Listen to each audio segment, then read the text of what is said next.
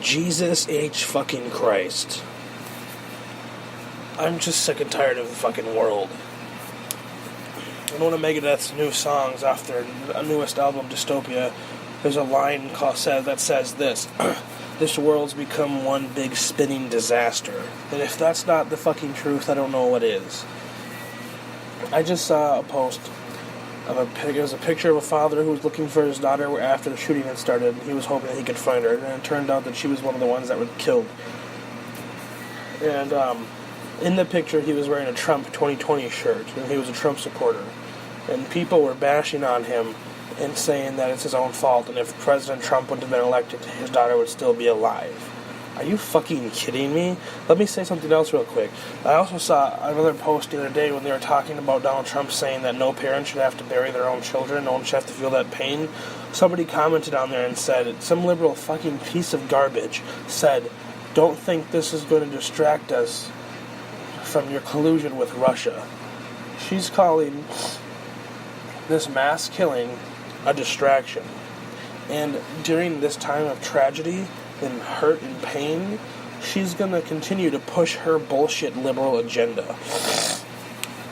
Let's revisit the last thing I mentioned. The first thing I mentioned. The man was wearing a Trump shirt, and his daughter got killed in the shootings. And people are telling him it's his own fault, and that now he's dealing with the consequences of his vote for office. Are you fucking kidding me? You know how many, on that same post that has statistics, I think it was under President Obama, there was 162 mass killings. President Bush only had 20. So, are we going to blame Obama for the 162 mass killings that happened under his presidency?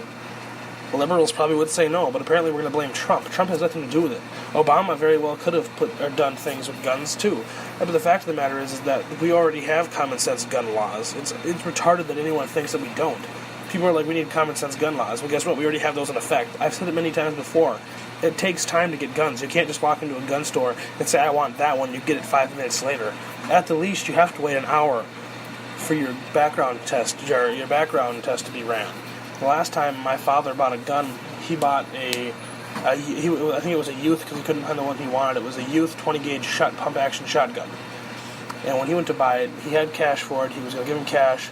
Before he could even pay for it, they put it on hold, and they started running the background test. My dad had to fill out some forms on a computer, and it took about an hour and a half to run. So we shopped for that hour and a half while we waited for it to pass it.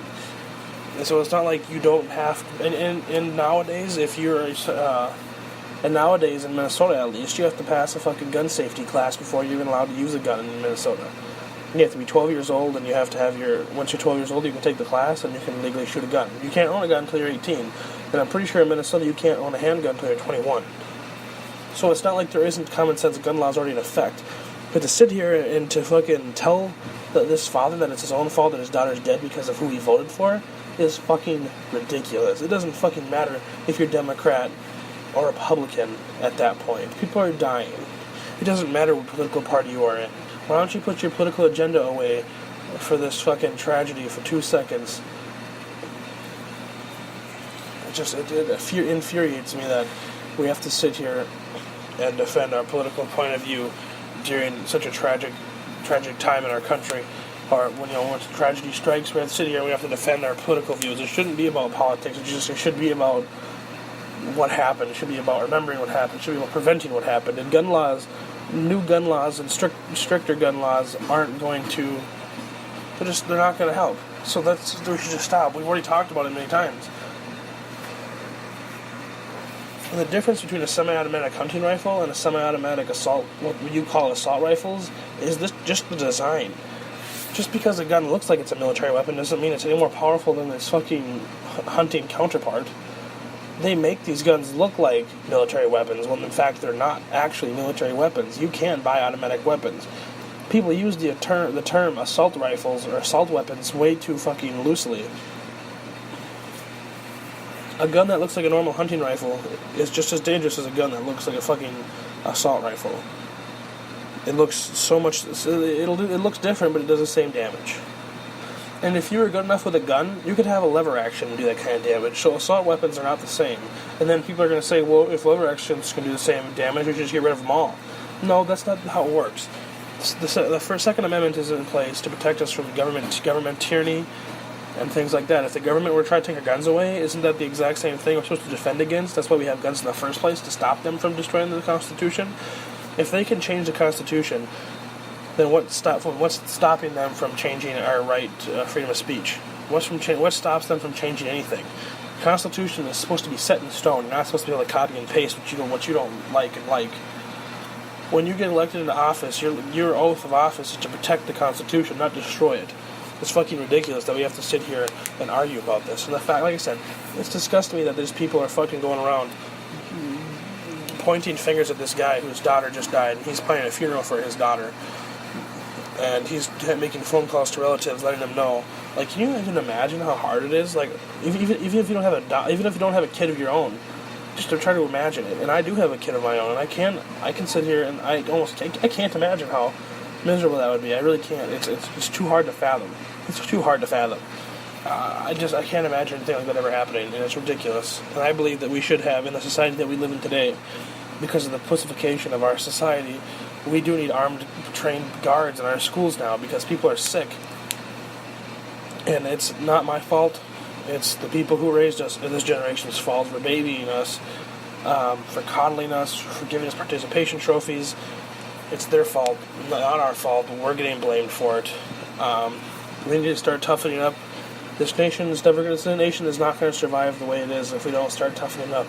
It's getting ridiculous. First, it was being afraid to go to school. Then it was afraid to go to a movie theater. Now we're afraid to go to outdoor music festivals because someone's going to shoot it up. When are we going to stop being afraid to go? Or I guess, and then of course there's a Florida shooting in the nightclub. So people are afraid to go to nightclubs. Like, when are we going to have to stop being afraid of going out? It's people's fault. It's a people problem. Someone could just as easily walk in to that nightclub where those people got shot with a knife in the middle of the dance floor and just start stabbing the shit out of people. Because you know what? Knives are quiet. So you people that are in the center, if he started in the center and made his way out, people wouldn't notice it at first. It wouldn't be until the people started seeing the blood and stuff, and when those lights flashing and stuff, you might not catch it right away. And you know how fast you can stab people?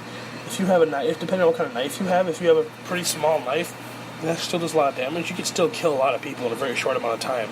And there wouldn't be a huge panic at first, so you could get away with a lot of stabbing and stuff like that.